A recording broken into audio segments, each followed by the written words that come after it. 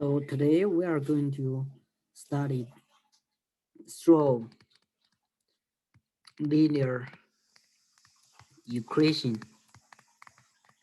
and solve one type of differential equation. So let's look at the part one. So if we want to solve an equation like this, x is y. So if a is invertible. What does it mean by invertible? Invertible means that there are another matrix B such that AB is equal to BA is equal to I. So if A is an invertible matrix, how do we solve this equation? It means that we find the B and then we can have X is B and then B A X is by. We multiply by matrix B on both sides, and then by the definition of BA equal to I, we would have IX is BY and X is BY. So we have X equal to Y if A is invertible and AB equals to BA equal to I, and then we have X is BY. Okay, this is part one, but you have to remember, if we want to have this result, A has to be invertible, otherwise you cannot find a B. Means that this method doesn't work. So, and then let's talk about the second part. So the second part is about the differential equation. So last week we know how to solve the equation like yt plus pt yt equals to qt. We know how to solve this. We multiply by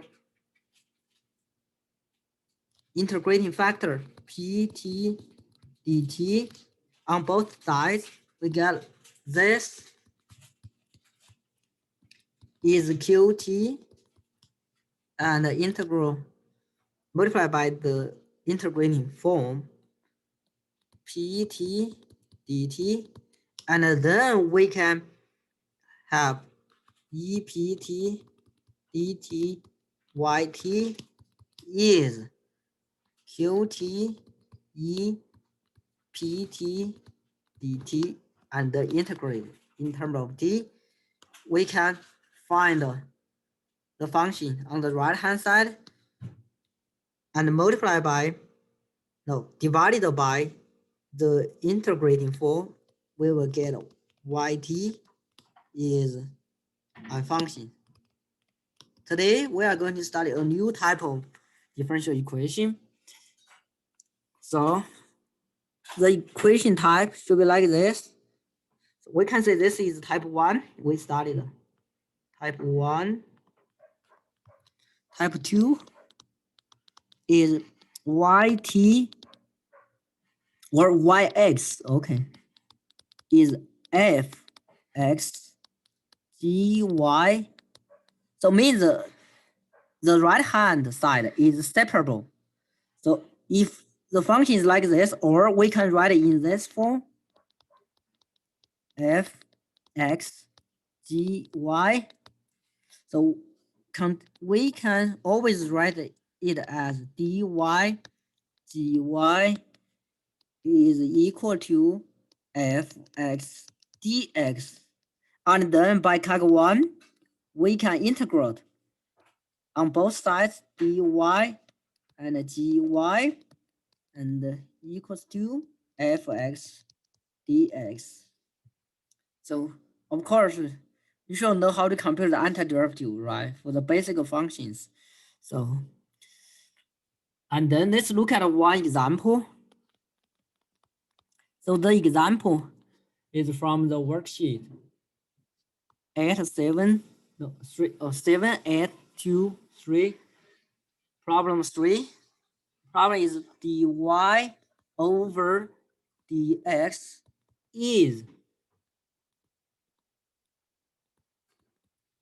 and y4 is 16. So we can say the right hand side is separable, right? So let's do it. We put the y in the right hand side, left hand side. Okay. And then we put the dx in the right hand side. So we get dx over square root of x. You can say the left hand side only contains the variable x or y, and the right hand side only contains the variable x. You may say y is not a variable. You can think y is a variable. Okay. So and then we integrate it on both sides. This is dx over square root of x. So by the calc 1, we have this is square root of y and half, no, 2 times of square root of y. The right hand side is 2 times square root of x. But we know if you write the antiderivative, there should be a c, right? So we get 2xy equals to 2 square root of x equal to c. That's the general solution, right? Okay. And then by this problem, we know when x is 4, y is 16. And we plug in x equal to 4, we have the left hand side is 2 times square root of 16 equals to negative 2 square root of 4 plus c. And then we will have c is equals to 2 multiplied by 4, 8, right? Plus 2 multiplied by 2. So we get c is 10, no, 8 plus 4 is 12. So the solution should be 2 square root of y equals to negative 2 square root of x plus 12. And we can keep in this form, or we can further simplify. So we can, if you want to do further simplified, we can write it in this form. Okay, square root of 2 of y is negative square root of x plus 6, right? And then we have, and then we square it. Y is 6 minus square root of x, and then we have this. So you can write say, okay, the solution is yx equals to 6 minus x square root of x, and then squared. So that should be the final solution. So and then let's do the worksheet.